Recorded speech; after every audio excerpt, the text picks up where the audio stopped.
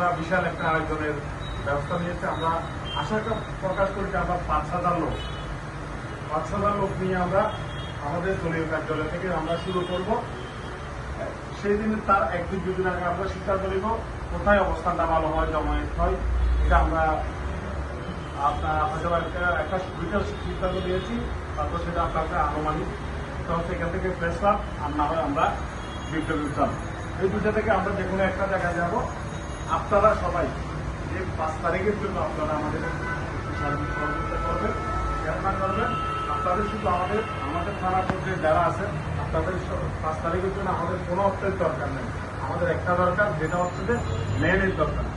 কারণ আমাদের 5,000 লোক যদি আমরা নিয়ে একটা বর্ণাঢ্য রেলি করতে যাই, খুশি উদযাপন করতে যাই, আমাদের যদি ম্যান না থাকে তাহলে এই ম্যানের কোনো দাম নাই, মূল্য হবে না। সেজন্য আমাদের বিশেষভাবে আমাদের সিনিয়র বড় ভাই রয়েছেন, আপনাদের কাছে আমরা অনুরোধ করবো আপনারা আমাদেরকে সার্বিক সহযোগিতা করবেন।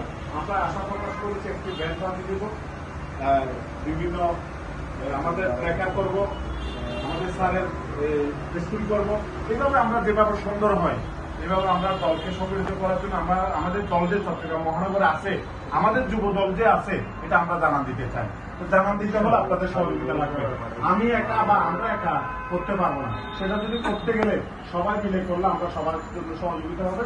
সেজন্য আপনাদের আশা প্রকাশ করছি। আর বিশেষভাবে আমার দলের নেতা ডক্টর কমরুল আহমেদ মহাদের সহযোগী জেনে আমাদের মাঝে আবার সুস্থ হয়ে ফিরে আসেন, এই জন্য দোয়া চাচ্ছি। আবার বিশেষভাবে সাথে সাথে আমার শাশুড়ি খুব অসুস্থ, একটু সবাই দোয়া করবেন। উনি এখন বর্তমানে মেডিকেল রয়েছেন, ওনাকে আমি মেডিকেল রেখে আমি যেহেতু আমরা সংগঠন করি, সেই জন্য সংগঠনের সাথে আমি আপনাদের কাছে আসছি। আপনারা সবাই আমার জন্য দোয়া করবেন, আমাদের সবাই একত্রে। বিশেষভাবে আবার আমাদের পৌরমাদের যিনি সভাপতি মাওলানা শাহ আলম কাদের সাহেব, উনিও অসুস্থ। আবার আজকে হঠাৎ করে আমাদের এখানে আসার কথা ছিল আমাদের জাফর ভাই, উনি আমাদের কেন্দ্রীয় ভাইস প্রেসিডেন্ট, হঠাৎ করে এখানে আসার কথা ছিল, কিন্তু দুর্ভাগ্যক্রমে ওনার এখন বর্তমানে যে অবস্থা হচ্ছে, খুবই জ্বর উঠছে, যেটা আমাদের বর্তমানে দেশে প্রচলিত রয়েছে যে ভাইরাস বা চিকুনগুনিয়া কি জানি না, ওটা হয়েছে হঠাৎ করে। কিন্তু এটা আবার হয়েছে আমি জানি, কিন্তু এই জ্বরটা কেমন যে হয় সে তারা মুখেও বুঝতে পারবে না জিনিসটা। আমরা যাতে ওনার দ্রুত সুস্থতা কামনা করি। সবাই যারা আমাদের নেতা কর্মী বাইরে অনেকজন অসুস্থ আছেন, সবার জন্য দোয়া করবেন। সুতরাং কাছে এই প্রার্থনা রেখে আজকের মতো আমি এখানে শেষ করছি। আসসালামু আলাইকুম।